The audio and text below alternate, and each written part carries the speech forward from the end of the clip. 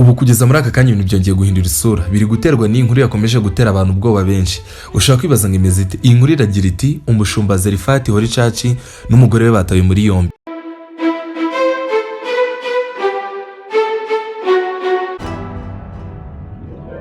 Ino nkuru ni inkuru yagiye icicikana hirya no hino, mwagiye muyibona ku mbuga zitandukanye, gusa ariko ndagira ngo nyikugezeho neza.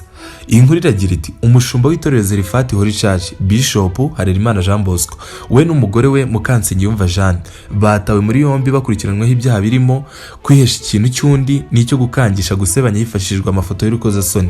Aya ni amakuru yagiye avugwa n'abantu benshi, gusa ariko kuri guhari nuko umuvugizi wa RIB ariwe washyizeho ukuri kuri iyi nkuru, yatangaje ibintu bitandukanye kuri iyi nkuru. We yagize ati uyu mugabo n'umugore we batawe muri yombi ku itariki 9 z'Ukwakira muri uyu mwaka 2024.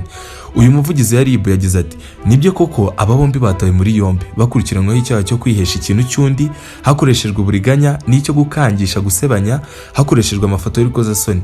Bakaba bafungiye kuri sitasiyo ya RIB ya Kimihurura mu gihe iperereza rikomeje hanakorwa dosiye ngo ishyikirizwe ubushinjacyaha. Amakuru ahari avuga ko iperereza ry'ibanze ryagaragaje ko umwe mu bantu basengera muri Zerifati Holy Church ariwe watanze ikirego arega umuyobozi waryo ko yamusabye miliyoni 10 amwizeza kumusengera indwara yari amaranye igihe kirekire igakira.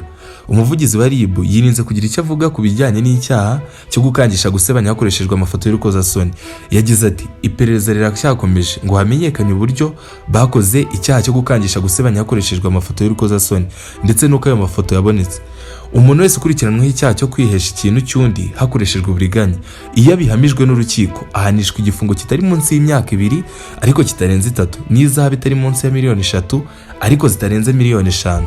Iki ni igihano giteganywa n'ingingo y'174 y'itegeko rigenga ibyaha n'ibihano muri rusange. Ni mu gihe icyaha cyo gukangisha gusebanya cyo ugihamijwe n'urukiko ahanishwa igifungo kitari munsi y'umwaka umwe ariko itarenze 3 n'izahabu y'ibihumbi 100 ariko itarenze ibihumbi 300. Umuvugizi w'urwego rw'ubugenzacyaha RIB Dr Murangirwa Thierry yasabye abantu bose kugendera kuri ibikorwa byose biganisha mu gukora icyaha. Yagize ati buri muntu wese arasabwa kubahiriza amategeko y'igihugu, by'umwihariko abavugabutumwa barasabwa kwirinda ibintu byose biganisha ku gukora icyaha n'ibindi bikorwa byose biganisha umurimo bakora, niba intangarugero mu byo bakora byose. Iyi ni inkuru mugejeho muri aka kanya yavuzwe n'abantu benshi, ni inkuru yari ikomeye cyane, ni imwe no mu nkuru zakomeje gutungura abantu ku mbuga nkoranyambaga. Iyi ni imwe mu nkuru zakomeje kuvugisha abantu benshi hirya no hino bitewe n'uburyo ari inkuru ikomeye. Uno mugabo ibyaha ari gushinjwa ni ibyaha bikomeye bitewe noneho n'umurimo akora n'ibindi bindi. Ibaze n'umuntu ufite abantu uyoboye icyo bita itorero. Ndagira ngo mubyumve neza, icyaha cyo akurikiranweho ibyaha birimo uburiganya ndetse no gukangisha umuntu hakoreshejwe video z'urukozasoni. Uyu muvugizi wa RIB yatangaje yuko hakirimo gukorwa iperereza kugira ngo bamenye uburyo ano ma video yaje kuboneka ndetse banarebe yuko ibyaha n'umugabo akurikiranweho bimuhama.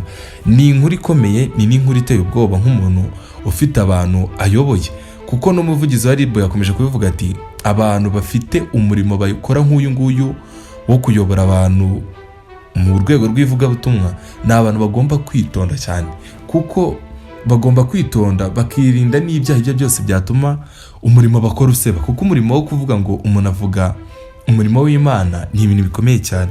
Iyi ni inkuru yakomeje kuvugisha abantu. Ngemwe muri kumwe kuri mikoro ni Philox Aime. Icyo musaba making sure yuko wakanze subscribe ubundi usige comment na like. Ibiganiro nk'ibi ngibi nakagaruka kuri iyi channel yacu, kandi ukeneye no kubona ibindi dukora wabisanga ku mbuga zose dukoresha amazina ni Philox Aime.